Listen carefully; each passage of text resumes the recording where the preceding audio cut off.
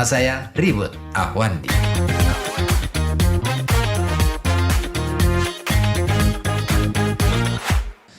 Berbicara tentang dunia puisi sebenarnya saya tadi sudah ngomong bahwa dunia puisi adalah dunia kemungkinan. Dunia puisi itu banyak misterinya. Seorang penulis yang sudah sering menulis, apalagi dia menulis dengan perenungan, dia akan mengerti bahwa tulisannya adalah bukan dirinya.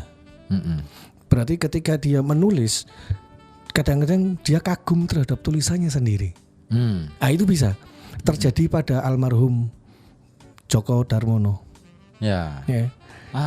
Ya. Dia meramalkan ketiadaannya sendiri gitu kan. Aduh, itu aku kaget loh ketika baca statusmu loh Mas. Jadi ketika beliau tiada terus sempat kan status di Facebook ketika hujan ketika hujan di bulan Juli maka saat itu aku tidak menulis puisi lagi. Wah, asem aku nganti merinding loh itu. Nah, iya itu karena dulu itu kan pernah jadi perdebatan antara Mas Sapardi sama almarhum ya dengan siapa itu saya nggak ingat, cuman saya ingat kata-kata itu. Lawannya itu ngomong, Sapardi kamu nulis puisi ini karena kamu kan tahu nggak mungkin ada hujan di bulan Juli kan gitu. Terus dia ngomong seperti itu. Kalau ada hujan di bulan Juli berarti saya sudah berhenti menulis. Itu sama Madek kemarin itu. Iya, pas banget gitu. Betul. Begitulah kekuatan ya. Iya. Kekuatan kata-kata. Oke, kita akan lanjut tapi sebelumnya kita ke ruang Gatekeeper dulu untuk kita ikuti bersama info hari ini dari Gatekeeper. Koja Sastra.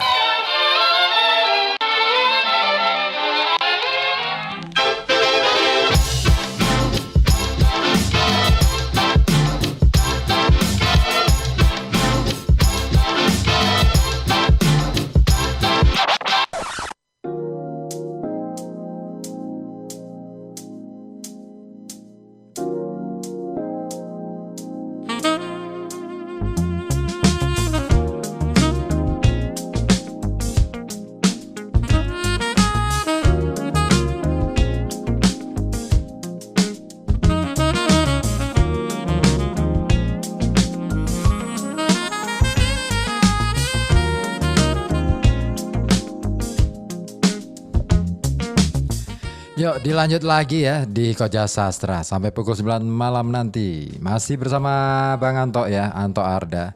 Siapa sih yang gak kenal Anto Arda? Ada gak ya orang yang gak kenal? Ojo ngono. Banyak yang gak kenal. Iya, aku dulu juga gak kenal Bang. Loh, saat ini justru Pekalongan lebih kenal siapa Ribut Ahwandi. Wow, kacau deh. Kan gitu. Gitu ya. Iya. Bang, ini tadi sempat kita ngobrol tentang apa sih? Tadi itu. Apa sih mau? Mas Sapardi. Mas Sapardi. Iya, Djoko Darmono almarhum. Djoko Darmono dengan kekuatan kata-katanya. Iya. Wah, luar biasa. Apakah puisi seperti itu? Artinya haruskah seperti itu? Bukan harus, tapi seorang penulis yang baik, dan sekaligus penterjemah yang handal. Kadang-kadang dia seperti menerima wahyu gitu ya. Karena seperti ini bagi saya ulama dan pemuka agama, saya nggak bilang ulama, kalau ulama salah satu agama ini nanti. Pemuka agama apapun itu mungkin tangan kanan Tuhan. Tapi seorang seniman apapun ketika dia sudah sampai pada pencapaian, dia adalah tangan kiri Tuhan. Ya. Dia memperkenalkan Tuhan dengan, kalau Islam bilang al-jamil, keindahan. Gitu. Tapi sementara ulama-ulama mereka dengan nabinya, dengan kitabnya gitu kan. Nah, sementara seniman, penulis khususnya memperkenalkan Tuhan dengan keindahan gitu. Betul. Ini loh, Tuhan itu indah. Jadi kalau kamu nggak percaya sama Tuhan, capek sampean kan gitu. Tuhan itu indah, mosok sampean nggak suka sama yang indah. Gitu. Ya, betul. Ya dalam kehidupan sehari-hari sebenarnya kita kan sudah akrab dengan sastra sebenarnya. Cuman itu nggak kita sadari. Nggak sadar. apalagi mereka yang hafiz itu. Maaf ini yang muslim ya, yang hafiz, yang biasa baca Quran. Itu sastra maha tinggi. Ya. Itu nggak bisa dipungkiri. Betul. Gitu. Iya, susunan katanya begitu tertata rapi, itu kan. Dan ya itu tadi, kalau ngomong makna memang lapis-lapis ya. Ya, ini kita kan tadi ngobrol tentang apa itu, kapan saat tepat untuk menulis puisi. Ternyata jawabannya adalah bisa kapanpun. Bisa apapun objeknya. Bisa apapun objeknya. Sekarang gini, haruskah ketika kita nulis puisi itu ingin menyampaikan sesuatu? Puisi itu seyogyanya itu ya, seyogyanya ki opo bahasa Indonesia ini. Seharusnya ya seyogyanya.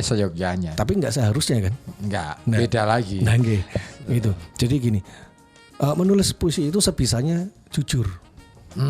Sebisanya jujur. Kalau mau buat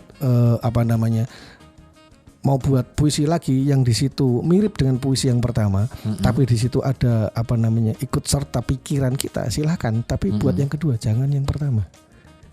Gitu. Seperti contoh saya bikin puisi seteguk kopi sebatang kretek sajaku. Itu memang puisi insidental. Ya kan? Tapi saya buat itu tidak jadi insidental. Kenapa? Karena saya pingin itu dinikmati, karena di dalamnya banyak ilmu yang saya berikan ke adik-adik. Kan gitu. Barangkali mereka belum tahu. Dan di puisi itu saya berikan itu. Gitu kan. Nah, itu saya campur sekaligus, tapi saya tidak menulis yang pertama. Padahal tadi saya bilang jujur aja dulu, baru nulis yang kedua. Satu, saya nulis itu saat itu keadaan sakit. Keadaan sakit, saya ngoceh, yang nulis adik saya namanya Virus Wahidah. Dia nulis di sebelah pembaringan saya itu. Pembaringan emang. Makanya aku mikir di tempat tidur itu loh. Jadi saya tidur di tempat tidur di dipan ngono kuwi. Nah, dia di sebelah dipan saya sambil nulis gitu. Nah, itu selesai nulis, saya minta coba lihat ini. Oke, ini kamu jadikan satu judul, tapi saya minta bawahnya ditambahi. Saya bilang gitu. Nah, tambahan itulah yang pemikiran saya untuk adik-adik. Itu loh. Walaupun tetap satu judul, satu tajuk. Gitu. Itu. Nah, Mas Ribut, saya mau tanya ini, Mas Ribut. Apa ini? Jenengan kan ahlinya sastra. Enggak, kalau di sini aku jadi host loh ya.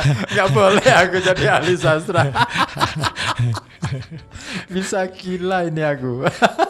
Lu enggak, saya mau tanya. Kalau menurut Pak dosen. Ini bongkar rahasia orang. Gini, apa namanya? Di puisi itu sebetulnya itu judul atau tajuk? Aku lebih sepakat pada tajuk ya. Yes. Karena tajuk itu bicara tentang itu kepala gitu kan. Tajuk kalau dalam budaya kita ngomong tajuk itu kan mustoko kan. Betul. Kalau di langgar-langgar di desa, di daerah pucuk gunung, itu mereka nggak punya langgar, nggak punya masjid, punyanya tajuk. Nah, ketika saya tanya tajuk itu apa, ya musola. Nah, seperti apa bentuknya? Ya biasanya pakai cungkup 3 itu kan. Saya mencoba merasakan betul hawa yang ada di situ. Ternyata emang tajuk jauh lebih nyaman. Lebih nyaman kan? Betul. Nah, itu kenapa saya selalu bilang yang bertajuk bukan yang berjudul. Tapi banyak yang mengatakan, Mas itu kan harusnya judul. Karena dia nggak baca kamus. Makanya. Gitu. Nah itu, ini setidaknya dari obrolan ini kan artinya, oh sing bener ternyata tajuk kan gitu. Maksudnya seperti itu. Kalau bahasa tajuk itu kan sebenarnya itu sudah bahasa lama. Tapi kalau judul ini kan dia masuk ke dalam bahasa Melayu baru. Enggak, tepatnya judul itu untuk apa? Kalau judul lebih tepatnya lebih tepatnya untuk tulisan-tulisan esai. Judul itu kalau saya, judul itu lebih tepat untuk judul buku. Judul ini. buku. Ya, Buku judulnya ini. Gitu. sampul ya. Sampul di dalamnya kan ada itu tajuknya yang lain. Nah itu loh. Nah sekarang orang salah kaprah. Betul. Aku sepakat ini. Iya. Ini nampaknya perlu ini dikongreskan ini. Alah sing dosen sopo. Kongres sastra perlu loh. Punya puisi? Punya cerpen? Atau punya esai? Atau juga kamu punya rekaman pembacaan puisi kamu? Pembacaan cerpen kamu? Atau rekaman musikalisasi puisi kamu? Kirimkan saja karya-karya kamu ke Koja Sastra. Alamatkan ke email kojasastra@gmail.com. Pastikan karya kamu diapresiasi dan diulas secara mendalam di Koja Sastra. Simak acara Koja Sastra setiap hari Kamis pukul 19.00 sampai 21.00 dari FM 91,2 Radio Kota Batik. Kamu juga bisa menyimak lewat live streaming YouTube di channel Koja Sastra.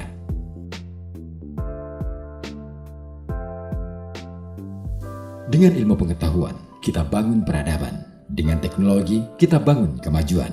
Dan dengan sastra, kita bangun kehalusan budi dalam berkebudayaan.